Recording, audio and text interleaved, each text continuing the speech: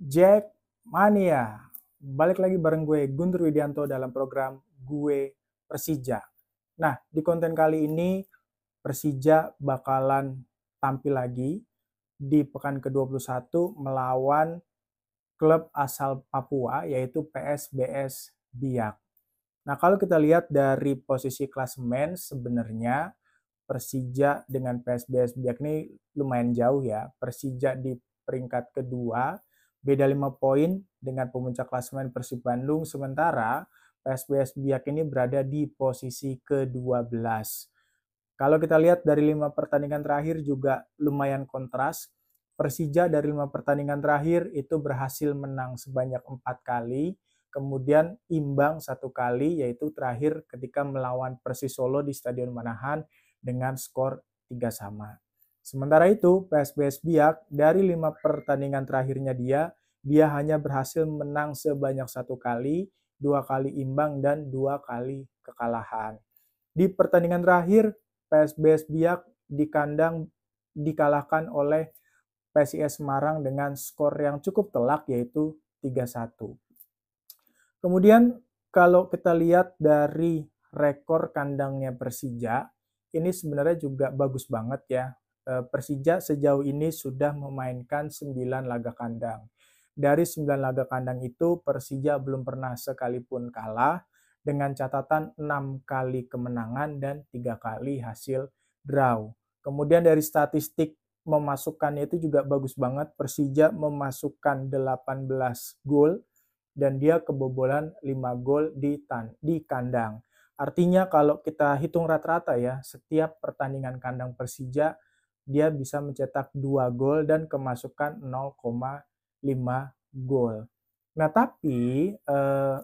tapi dalam konten ini gue juga mau ngajak lo semua untuk memandang pertandingan ini bukan pertandingan yang gampang. Kenapa? Karena eh, yang kita tahu PSBS Biak ini di putaran pertama kita kalah lawan PSBS Biak dengan skor yang lumayan telak juga 3-1.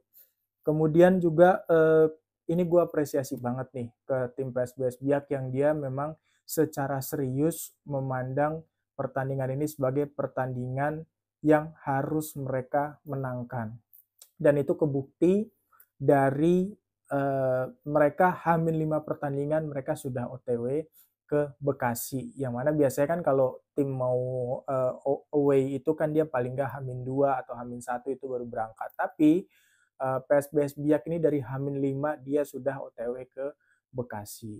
Nah, asisten pelatih PSBS Biak, Eli Eboy, dia bilang bahwa memang hal ini dilakukan supaya persiapan yang dilakukan oleh PSBS Biak ini matang. Sehingga apa? Sehingga dan mereka berani pasang target untuk dapat 3 poin di kandang Persija Jakarta. Jadi tentunya Persija nggak boleh lengah, Persija harus waspada meskipun peringkatnya cukup jauh. Karena apa? Karena tadi yang gue bilang PSBS Biak ini serius banget untuk menghadapi laga kali ini melawan Persija Jakarta. Target mereka nggak main-main, dapat 3 poin. Apalagi gue sempat baca di beberapa artikel ini pelatihnya dia lagi di apa namanya ya, di ambang pemecatan. Kenapa? Karena dari pertandingan terakhir, terutama 5 pertandingan terakhir yang gue bacain itu hasilnya minor banget. Mereka cuma menang 1 kali. Dan desakan untuk pemecatan itu juga kenceng banget berasal dari supporter mereka gitu. Makanya nggak boleh lengah, harus tetap fokus gitu meskipun secara statistik sebenarnya Persija unggul segalanya. Dari segi memasukkan gol Persija bagus, dari catatan clean sheet Persija juga lebih bagus, main di kandang pula. Tapi ya yang namanya sepak bola kan bola itu bundar, makanya segala sesuatu bisa saja terjadi. Leicester City yang dulu tim bukan apa-apa juga dia bisa dapat juara Liga Inggris gitu ya kasarannya.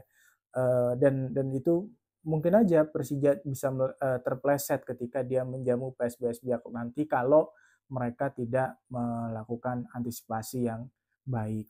Nah, kalau dari gue lihat pemain-pemain PSBS Biak ini setidaknya ada 2 orang yang patut diwaspadai oleh anak-anak Persija Jakarta. Yang pertama ada Alexandro. Nah, Alexandro ini dia dulunya adalah top skor PSBS Biak waktu main di Liga 2. Catatannya nggak kaleng-kaleng 19 gol. Nah, di musim ini dia sudah berhasil mencatatkan 8 gol dan 3 assist.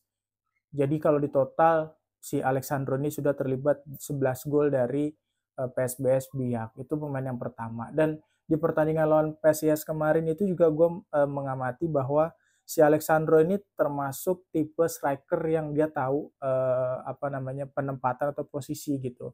Jadi dia bisa menebak atau memprediksi atau memperkirakan kira-kira bola itu nanti arahnya mau kemana. Dan itu kebukti.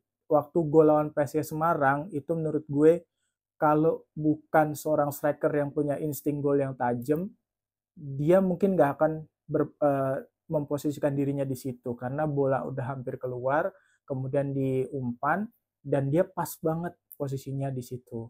Walaupun kembali ya, walaupun PSBS Biak kalah, tapi menurut gue Alexandro ini kemarin di pertandingan PSIS juga lumayan berbahaya dan patut diwaspadai oleh pemain-pemain Persija Jakarta. Terus yang kedua ada Abel Argonaras. Nah, Argonaras ini juga pemain asing mereka dari Argentina. Dia juga udah terlibat 5 gol dan 3 assist. Jadi kalau di total sudah 8 gol yang dimana melibatkan Argonaras ini. Jadi ini agak lumayan banyak nih yang harus diwaspadai oleh pemain-pemain Persija Jakarta dan mudah-mudahan kita optimis anak-anak The Jack optimis Persija bisa mengamankan 2 pemain asing itu. Terus dari starting line up gua rasa mungkin nggak akan banyak berubah ya. Seperti yang gue sampaikan di video yang sebelumnya bahwa kayaknya Carlos Peña udah nemu posisi atau starting line up yang baku nih.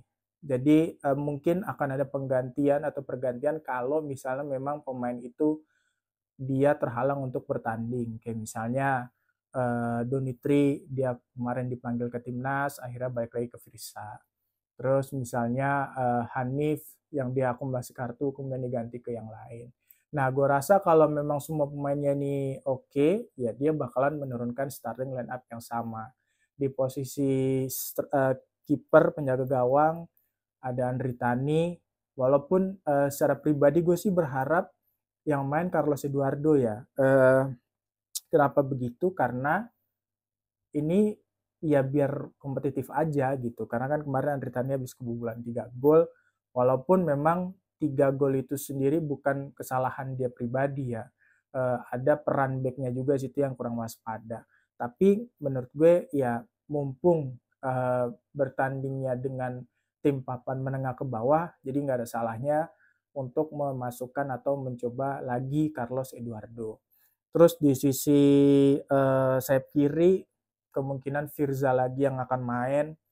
Walaupun kembali gue juga sangat menginginkan pengen ngelihat si Pablo ini main dari menit awal. Kira-kira kalau dia dari menit awal ini bakalan ada impact yang kerasa banget apa enggak. Karena kemarin tuh masih minim nih menit bermainnya si Pablo ini masih kurang banget menurut gue. Di sejak dia masuk sampai dengan sekarang. Terus di tengah ya mungkin Ferrari, Kudela, Rido. Nah, kalau memang 3 orang ini sehat walafiat kayaknya agak susah juga nih buat diganti nih. Mungkin bisa juga Ferrari ditukar Hansamu atau sebaliknya Hansamu ditukar sama Ferrari. Sementara kalau Kudi sama Rido ini kalau mereka nggak ada kendala ya pasti dia akan starting. Di kanan kita nggak punya pilihan, ya otomatis Rio Fahmi lagi yang bakal dipasang di situ. Walaupun ini Witan udah menunjukkan dia mudah-mudahan sih dia bisa main ya. Kalau dia bisa main kan dia bisa ditaruh di situ juga tuh. Untuk ya paling tidak dia menjadi penggantinya Rio atau mungkin jadi pesaingnya Rio di sektor kanan. Kemudian di tengah udah pasti Ramon Bueno, kemudian juga Machi Gayos dan Rio Matsumura. Nah, Rio Matsumura ini di 3 pertandingan terakhirnya dia gila banget. Dia nyetak gol, nyetak assist yang menurut gue dia kayaknya udah nemu nih apa yang harus dia lakukan ketika dia tandeman sama Gayos.